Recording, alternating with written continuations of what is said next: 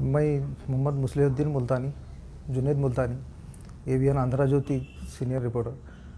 मैं जो है एक हफ्ते पहले जो है कुछ तबीयत नासाज होने की वजह से जो है अपने कुछ टेस्ट कराया।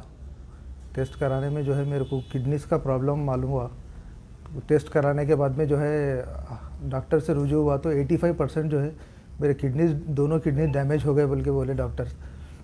तो मैं जो है घर का जो है ज़िम्मेदार हूँ। मेरे जो है 3 लड़कियां हैं, 1 लड़का है। सबका जो इनका सरपरस्त जो है मैं ही हूँ। तो केटीआर साहब से जो है मेरी रिक्वेस्ट है कि जो है निम्स हॉस्पिटल में जो है मैं जाकर आया। वहाँ जाने के बाद में वो लोग 6 महीने साल भर का जो है टाइम मांगे, कोई डोनर्स आए तो बुलाते बोले, मगर मेरी तबीयत ऐसी है जो है मैं जो है उतना वक्त नहीं रुक सकता।